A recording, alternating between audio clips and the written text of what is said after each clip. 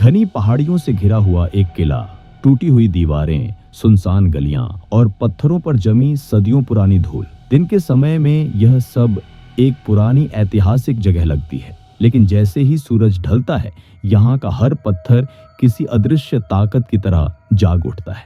अचानक इस किले की दीवारों से किसी औरत की चीख सुनाई देने लगती है और चारों ओर अजीब से कदमों की आहट के साथ पायलों की झनकार गूंजने लगती है। यह है भानगढ़, भारत का सबसे रहस्यमयी और भूतिया किला। कहा जाता है कि इस किले और इस इलाके पर एक दिव्य शक्ति वाले तांत्रिक का श्राप है, जो उसने मरते वक्त अपने प्यार से ना मिलने के दुख में इस शहर और किले को दिया था। लेकिन सवाल यह है कि क्या वाकई तांत्रिक के इस श्राप ने भानगढ़ को एक भूतिया किला में बदल दिया है? आखिर क्यों आज भी यहाँ आधी रात के बाद कदम रखना सख्त मना है? और क्यों इस भूतिया किले के आसपास लोगों के फोन और कैमरा जैसे इलेक्ट्रॉनिक्स अपने आप खराब हो जाते हैं? आखिर क्या है भानगढ़ की डरावनी कहानियों का असली सच? चलिए जानते हैं आज के इस कहानी में। भारत का सबसे रहस्यमयी और भूतिया किला, जो राजस्थान की धरती पर अरावली पहाड़ियों के बीच खड़ा है।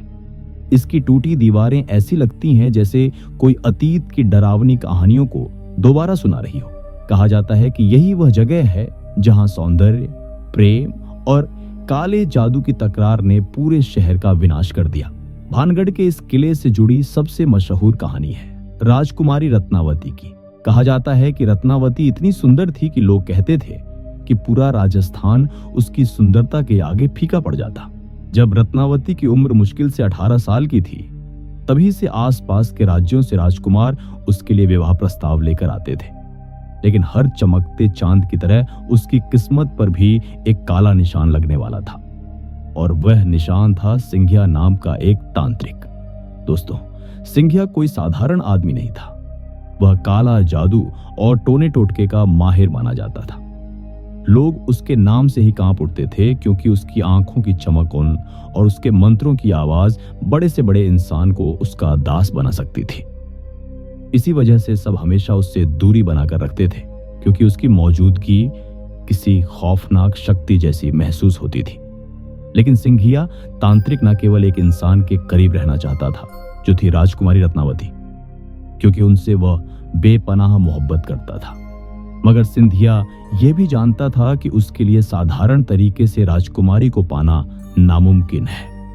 इसलिए राजकुमारी रत्नावती के प्यार को पाने के लिए उसने अपने तंत्र मंत्र की विद्या का प्रयोग करने का सोचा।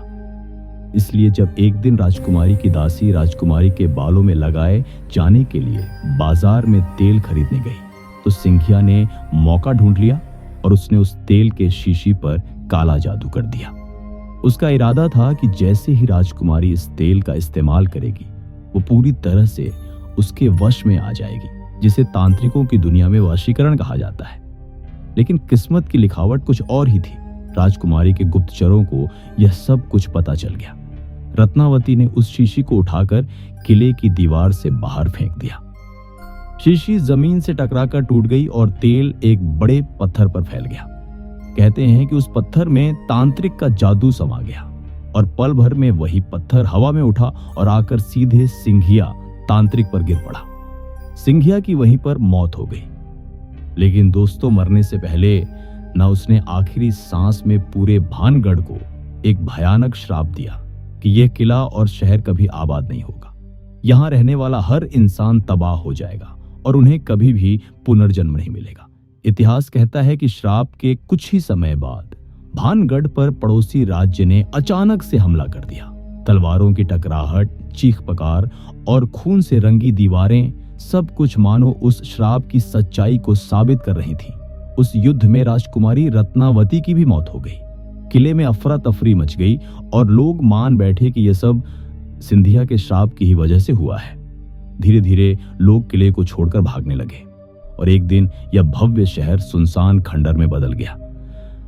पर यहाँ पर कहा जाता है कि भानगढ़ किले के भूतिया जगह में बदलने में एक और घटना ने भूमिका निभाई थी, जो पहली कहानी के बाद घटित हुई थी।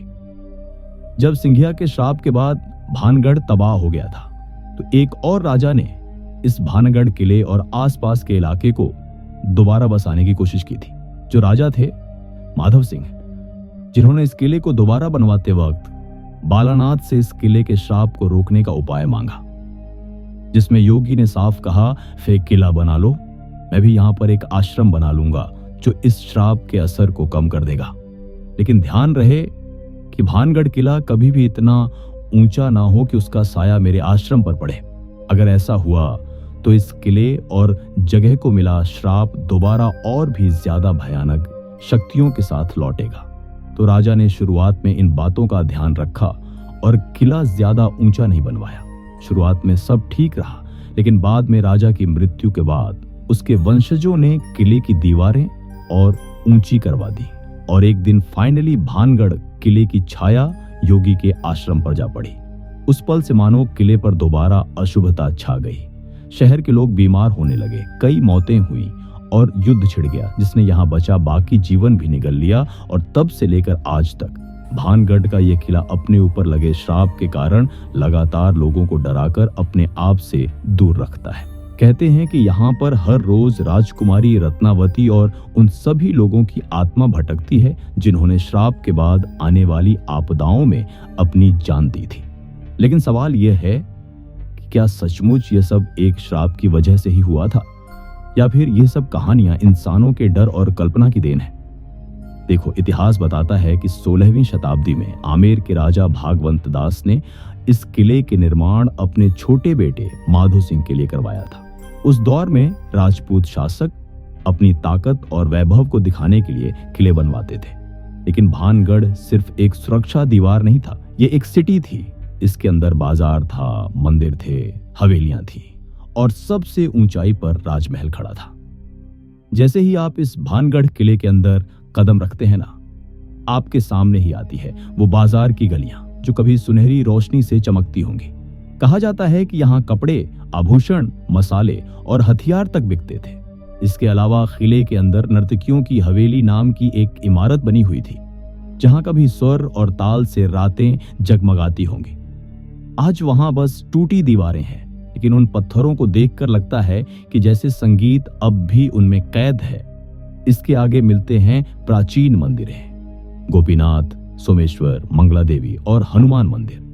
इन मंदिरों की वास्तुकला उत्तरी भारत की नगरा शैली में बनी हुई थी। विशाल चौक, पत्थर पर की गई नक्काशी और ऊंचे शिखर यह बताते हैं कि यह शहर अपने समय में कितना समृद्ध था।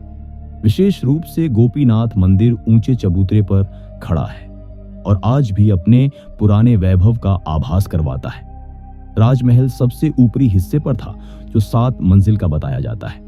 हालांकि अब सिर्फ 4 मंजिलें ही बची हैं, लेकिन जो भी संरचना बची है वो ये साबित करती है कि कभी यह इमारत कितनी भव्य रही होगी। कल्पना कीजिए, जब यहाँ दरबार लगता होगा तो सैकड़ों सैनिक, मंत्री और कलाकार इस आंगन को भर देते होंगे। लेकिन हर वैभव का अंत होता है। माधव सिंह के बाद उनके उत्तराधिकारी छतरा सिंह के समय तक शहर फलता फूलता रहा, मगर 1630 में छतरा सिंह की मृत्यु के बाद धीरे धीरे शहर की चमक फीकी पड़ने लगी। 18वीं शताब्दी तक आमेर का शासन जयसिंह द्वितीय के हाथों में चला गया और भानगढ़ का महत्व कम होने लगा। और असली विनाश आया सन 1783 में, जब पूरे राजस्थान में चालीसा अकाल नाम का भयंकर सूखा पड़ा। 4 साल तक बरसात ना के बराबर हुई। खेत बंजर हो गए। अनाज की कमी ने भुखमरी को जन्म दिया। महामारी फैली जिसने बचे हुए शहरवासियों को भी खत्म कर दिया। पानी और खाने की कमी से लोग पलायन करने लगे और अंत में पूरा शहर वीरान हो गया। और यह सब शुरू हुआ एक श्राप के कारण, एक खूबसूरती पर तांत्रिक के काले जादू का श्राप, जिसने कभी शहर को बसने नहीं दिया और भानगढ़ किले को जीता जागता भूतिया महल बना दिया। आज जब कोई इन टूटी हुई दीवारों पर हाथ फेरता है तो लगता है मानो ये पत्थर अब भी उस दर्द को महसूस करता हो। पर फिर भी रात ढलते ही ये खंडर एक दूसरा डरावना चेहरा दिखाने लगता है, क्योंकि आसपास का जंगल जब सन्नाटे में डूबता है तो उसमें से अजीबोगरीब आवाजें आती हैं। हवा जब महल के खाली हॉल से गुजरती है तो एक भूतिया गूंज पैदा होती है और जानवरों की आवाजें, कभी लोमड़ी की चीख, कभी चमगादड़ों की उड़ान लोगों को डराने लगती है। इसके अलावा पास्ट में इस भानगढ़ किले के आसपास कई डरावने हादसे भी हो चुके हैं, जिन्होंने इसकी डरावनी कहानियों को और गहरा कर दिया।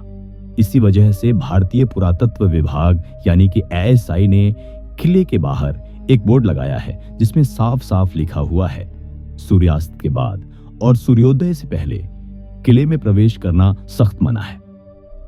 आधिकारिक तौर पर यह नियम सुरक्षा के लिए है, पर लोगों का मानना है कि सरकार क्योंकि इस भानगढ़ किले के डरावनी शक्तियों और श्राप के बारे में जानती है, इसीलिए उन्होंने यह वार्निंग लगाई है। यही वजह है कि भानगढ़ की पहचान अब सिर्फ इतिहास नहीं बल्कि भारत का सबसे भूतिया किला बन चुकी है। और शायद यही है भानगढ़ का सबसे बड़ा रहस्य की सच्चाई, चाहे विज्ञान में हो या इतिहास में, लेकिन डर और कहानियां ही वो ताकत है जो इस किले को अमर बनाती है। उम्मीद है दोस्तों कि इस वीडियो से आपने काफी कुछ नया सुना होगा और आपको यह काफी इंटरेस्टिंग लगा होगा। अगर लगा तो इस वीडियो को लाइक कर देना, अपने दोस्तों के साथ जरूर शेयर करना। अगर आप नए हो इस चैनल पे तो इस चैनल को सब्सक्राइब करने के साथ साथ नोटिफिकेशन बेल को ऑन कर देना। धन्यवाद।